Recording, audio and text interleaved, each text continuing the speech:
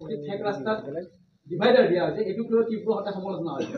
তাৰ মাজতে ডিভাইডাৰ কিন্তু বৰ বেয়াকৈ ভাঙিছে আৰু তাত নিম্নমানৰ কাম হোৱা বুলি অভিযোগ দিছে, ৰডবিলাকো একেবাৰে সৰু কিন্তু। গতিকে এই কথাবিলাক অকণমান কি ক'ব, কি কয়? এতিয়া কথাটো এনেকুৱা যে সমালোচনা কৰা মানুহে সমালোচনা কৰিবই, আৰু যোনে ভাল কাম কৰি আনন্দ লয় তেনেকৈ আমি আনন্দ লৈ থাকোঁ যে আমি ভাল কাম কৰিছোঁ। গতিকে সমালোচনা কৰাকো আমি কাকো বাধা দিবলৈ নাই। এটা কথা ঠিক যে নলবাৰীৰ ৰাস্তা ঘাট এটা আমূল পৰিৱৰ্তন হৈছে বুলি আমাক বেয়া পোৱা শত্ৰুজনেও স্বীকাৰ কৰিব লাগিব। কোনোবাই আমাক বেয়া পাব পাৰে ব্যক্তিগতভাৱে, কিন্তু শত্ৰুজনেও স্বীকাৰ কৰে যে হয় নলবাৰীৰ ৰাস্তা ঘাটৰ উন্নয়নৰ কাম হৈছে, তাত শত্ৰুৱেও স্বীকাৰ কৰে। ডিভাইডাৰৰ ক্ষেত্ৰত বিভিন্নজনৰ বিভিন্ন মতামত আছে, কিন্তু ইয়াৰ কাৰণে আমি আমাৰ যিখন সাধাৰণতে ট্ৰেফিক মেনেজমেণ্টৰ কাৰণে জিলাত যিখন সমিতি থাকে, এই সমিতিখনক আমি আগতীয়া দায়িত্ব দিছিলোঁ আৰু তেওঁলোকক সম্পূৰ্ণ চাই চিতি নলবাৰীৰ যান জঁট নিয়ন্ত্ৰণ কৰিবৰ কাৰণে যে কি ধৰণে আমি তাক যান জঁট নিয়ন্ত্ৰণ কৰিব পাৰোঁ আৰু ট্ৰেফিক মেনেজমেণ্টৰ কাৰণে ক'ত সুবিধা হয় সেই সম্পৰ্কে তেওঁলোকক এডভাইচ দিব দিছিলোঁ। আৰু সেইখন এখন অভিজ্ঞ মানুহৰ সমিতি, কোনো লেমেনৰ সমিতি নহয়, এজন অভিজ্ঞ মানুহ তাত DTOৰ পৰা আদি কৰি পুলিচৰ পৰা সকলো অভিজ্ঞ মানুহে তেওঁলোকে দিয়া অভিজ্ঞতাৰ ওপৰতে আমি এই কামখিনি কৰিছোঁ। কথাটো হ'ল বিভিন্নজনৰ এনেকুৱা যে ৰাস্তাৰ দুয়োকাষে তেওঁলোকে সুন্দৰভাৱে পাৰ্কিং কৰি একেবাৰে দোকান চলাই থাকিব বিচাৰে, ঘৰৰ দুৱাৰ মুখতে দোকানখন গাড়ীখন ৰখাই থ'লে তেওঁৰ বিক্ৰী বেছি হ'ব, ভাল হ'ব বুলি ভাবে। তেনেকুৱা মানুহে আমাক সমালোচনা কৰিব, কিন্তু আমিতো তেনেকুৱা কৰিব দিব নোৱাৰোঁ। কাৰোবাৰ যদি পাৰ্কিং দি পেলাই দোকান চলাবলৈ মন আছে, নিজৰ চৰকাৰী মাটিত পাৰ্কিং নকৰি তেওঁ নিজৰ মাটি অলপ ওলাই লওক, তাতে পাৰ্কিং কৰি দোকান চলাওক, আমাৰ ক'বলগীয়া নাই। কিন্তু ৰাস্তাততো আমি তেনেকৈ পাৰ্কিং কৰিব দিলে ডাঙৰ অসুবিধা হ'ব। ৰাইজৰ কথাটো আমি চাম, কোনো এজন দুজন ব্যৱসায়ীৰ কথাটো আমি চাব নোৱাৰোঁ। তাৰ উপৰি বড় মছজিদৰ কাষতে আমি এটা ডাঙৰ পাৰ্কিং এৰিয়া ডেভেলপ কৰিছোঁ। এতিয়া যিকোনো ৰাইজে পাৰ্কিঙৰ কাৰণে আমি চিন্তা কৰিছোঁ যে বড় মছজিদৰ কাষত আমাৰ যিটো পুৰণা চিভিল হস্পিটেলৰ এৰিয়া আছিল, তাত এটা ডাঙৰ পাৰ্কিং এৰিয়া ডেভেলপ কৰি থকা হৈছে। ভৱিষ্যতলৈ তাত আমি মাল্টি ষ্টৰীত পাৰ্কিং কৰিম, কিন্তু এতিয়া আমি মাল্টি ষ্টৰীত কৰিব নোৱাৰালৈকে তাত মানুহে পাৰ্কিং কৰি তাৰ পৰা অকণমান খোজকাঢ়ি যাব। ইমানটো ৰাইজৰটো চহৰখনৰটো বহলাব নোৱাৰি বা উঠাই নিব নোৱাৰি, গতিকে ৰাইজে সহায় কৰিব লাগিব। কাৰণ আজিৰ যিটো যান জঁটৰ কথা কৈছে, আজিৰ পৰা 10 বছৰ পিছলৈ আমি চিন্তা কৰিব লাগিব। মানুহৰ সংখ্যা বাঢ়ি গৈ থাকিব, চহৰখন ডাঙৰ হৈ গৈ থাকিব, আৰু আমি নলবাৰী চহৰখন ডাঙৰ হোৱাটো কল্পনা কৰি আছোঁ। গতিকে আমি সেই কথাটো এতিয়া চিন্তা কৰিব লাগিব। এতিয়া নলবাৰী চহৰত এনেকুৱা ঘটনাও হয় যে JCB ডাম্পাৰে ডিভাইডাৰ ভাঙি যোৱা কথাটোক লৈ মানুহে বিতৰ্ক কৰে। এতিয়া JCB ডাম্পাৰেতো ডাঙৰ বিল্ডিঙো ভাঙি দিয়ে খুন্দা মাৰি। এতিয়া তাত JCB ডাম্পাৰে যেতিয়া ডাম্পাৰ উঠি পেলাই ডিভাইডাৰ এটা ভাঙিব আৰু তাক যদি নিম্নমানৰ বুলি কয়, মই কিন্তু লগালগ ৰাইজে কোৱা কথাক মই অস্বীকাৰ কৰা নাই। কোনোবা সংবাদ সেৱাত লিখিছে লগালগ মই, কাৰণ এইটো কংগ্ৰেছৰ সভাপতিয়ে কৰা কাম, গতিকে মই তাৰ ওপৰতে এনকুৱাৰী কৰিব দিছোঁ, লগালগ যে চাব লাগে কামটো কিবা গণ্ডগোল হৈছে নেকি।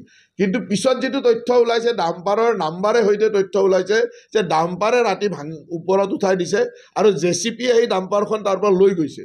তাৰমানে JCB আৰু ডাম্পাৰ লগাই ভাঙা ডিভাইডাৰটোকতো মই আৰু কাম নিম্নমান বুলি ক'ব নোৱাৰিম। গতিকে তেনেকুৱা কিছুমান কথা আছে। আৰু হয়, মই এইটো কথা অস্বীকাৰ নকৰোঁ যে কষ্ট হৈছে ৰাইজৰ, কিন্তু ৰাইজে এটা অলপ ভৱিষ্যতটো সুখৰ দেখিবৰ কাৰণে অলপ কেতিয়াবা কষ্ট স্বীকাৰ কৰিছে বুলিয়ে মই ভাবিছোঁ। কাৰণ আজিৰ তাৰিখত এইটো ঠিক যে মই ভাবোঁ যে অহা 2 মাহ 3 মাহৰ ভিতৰত আমি বৰকুৰাৰ ব্ৰিজখন আমি অ'পেন কৰিম, আৰু বৰকুৰাৰ ব্ৰিজখন অ'পেন কৰাৰ লগে লগে আৰু নলবাৰী চহৰৰ ৰাস্তাখিনি, এতিয়া ধৰক ইয়াৰ আগলৈকে যেতিয়া ইলেক্ট্ৰিকৰ পষ্টকেইটা উঠাই লৈ যোৱা নাছিলোঁ, ৰাস্তাটো সৰু সৰু লাগি আছিল আমাৰো। এতিয়া NT ৰোডৰ ইলেক্ট্ৰিকৰ পষ্টকেইটা কেইটামান পষ্ট উঠোৱা হৈছে, কেইটামান উঠোৱা হোৱা নাই। এতিয়া য'ত পষ্টকেইটা উঠাইছোঁ তাততো বহল লাগে, কাৰণ পষ্টকেইটা উঠালে, কাৰণ এইটো এটা চাইণ্টিফিক যে আমি প্ৰত্যেকটো 7 মিটাৰ 14 মিটাৰ 15 মিটাৰ 14 মিটাৰ 7 মিটাৰৰ তলত নাই, 7 মিটাৰ 6 মিটাৰ 6.5 মিটাৰ। এতিয়া 7 মিটাৰৰ ডিভাইডাৰ দিয়া ৰাস্তাটো কেতিয়াও সৰু বুলি আমি ভাবিব নালাগে। কিন্তু যদি 7 মিটাৰৰ 2 মিটাৰ যদি দোকানীবিলাকে আকৌ নিজৰ বাচন বৰ্তনৰ পৰা বস্তু আনি ফুটপাথত খাৰা কৰি দিয়ে, তেতিয়াহ'লেতো 2 মিটাৰ কমি যাব, সেইটোতো 7 মিটাৰ 5 মিটাৰ হৈ যাব, তেতিয়া সৰু যেন লাগিব। আৰু আমি ইমান টকা খৰচ কৰি লোড বিয়াৰিং ড্ৰেইন এইকাৰণে বনাইছিলোঁ যাতে লোড বিয়াৰিং ড্ৰেইনৰ উপৰিও গাড়ী যাব পাৰে, নহ'লেতো আমি ফুটপাথে বনাই দিলোঁহেঁতেন, কম খৰচত হ'লহেঁতেন। লোড বিয়াৰিং ড্ৰেইন বনাইছিলোঁ ৰাস্তাটো বহল হ'বৰ কাৰণে। এতিয়া লোড বিয়াৰিং ড্ৰেইনৰ ওপৰত মই দেখিছোঁ বহুত মানে ব্যৱসায়ী নিজৰ বস্তু সামগ্ৰীবিলাক মানে সজাই থোৱা কামত ব্যৱহাৰ কৰিছে। সেইটো সজাই থ'বৰ কাৰণেতো আমি ৰাস্তাটো বনোৱা নাই, ৰাস্তাটো গাড়ী মটৰ অহা যোৱাৰ কাৰণে বনাইছোঁ। সেইকাৰণে মোৰ দৃষ্টিৰে ইয়াতকৈ বহল ৰাস্তা আৰু কৰাৰ কোনো উপায় নাছিলে। আমিতো বিচাৰোঁ যে 10 মিটাৰ ৰাস্তা হওক, কিনো অসুবিধা, কিন্তু 10 মিটাৰ ৰাস্তা কোনে এৰি দিব? মই নলবাৰীৰ ব্যৱসায়ীসকলক, নলবাৰীৰ স্থানীয় ৰাইজকতো ধন্যবাদ জ্ঞাপন কৰিম। সকলোৱে নিজৰ ক'ব গ'লে সেইখিনি ম্যাদী মাটি বুলি ক'লেও ভুল নহয়, কাৰণ সেইবিলাক ৰাস্তাটো যেতিয়া হৈছিল তেতিয়া চৰকাৰী ৰাস্তাটো সৰু ৰাস্তা আছিল, ৰাস্তাটো বহল হৈ যাওঁতে তেওঁলোকৰ ম্যাদী মাটিয়ে গৈছে। কিন্তু জনগণৰ স্বাৰ্থত সেই মানুহে সকলোৱে এগ্ৰী কৰিছে। ইয়াতকৈ আৰু মই বেছি ৰাইজৰ পৰা যদি আশা কৰোঁ যে নহয় আপোনালোকে আৰু 2 মিটাৰ পিছলৈ যাওক, বিল্ডিংটোও 2 মিটাৰ ভাঙি দিয়ক, সেইটোতো মোৰ কাৰণে সম্ভৱ নহয়। কিন্তু ভৱিষ্যতৰ দিনত এনেকুৱা দিনো আহিব পাৰে যে 10 মিটাৰ ৰাস্তাও নলবাৰীৰ কাৰণে সৰু হ'ব পাৰে। মই আজি যিটো ভাবিছোঁ যে সেইটো 10 পিছত সৰু হৈ যাব পাৰে, কিন্তু উপায়টো নাই, যিমানটো আমি পাৰিছোঁ আৰু ৰাইজে সহযোগ কৰিছে। কিন্তু এই ক্ষেত্ৰত পাৰ্কিং বা ৰাইজক সুবিধা নিদিয়ালৈকে ৰাইজক ক'বলৈ টান। এতিয়া আমি যেতিয়া পাৰ্কিং স্লট দিম, মই কি কৈছোঁ যে যেতিয়া আমি পাৰ্কিঙৰ কাৰণে এটা নিৰ্দিষ্ট ঠাই কৰি দিম, যে বড় মছজিদৰ কাষত সেইখিনিত আমি পাৰ্কিঙৰ এটা এৰিয়া বনাই দিলোঁ, তেতিয়া ৰাস্তাত পাৰ্কিং কৰিব নিদিওঁ। কিন্তু মই পাৰ্কিং এৰিয়াটো বনাই কমপ্লিট কৰিব নোৱাৰা কাৰণে দি আছোঁ। এতিয়া মই ধৰক তিনিকণীয়া পুখুৰী পাৰত এখন বজাৰ বনাইছোঁ, আমাৰ BSNLৰ অফিচৰ কাষতে তাত এখন বজাৰ হ'ব, আমাৰ যিটো পুৰণা DI অফিচ আছিল। ঠিক তেনেদৰে জিলিকনি চকত আমি এটা পাৰ্কিং বনাইছোঁ, পুৰণা ট্ৰেজাৰী অফিচত এখন বজাৰ হ'ব।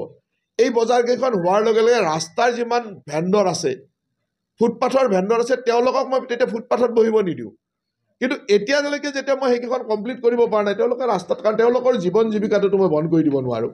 আজি এতিয়া পল্লা ৰোডত যিমান ফুটপাথত দোকান বহিছিল, এইখন দোকান মানে আমি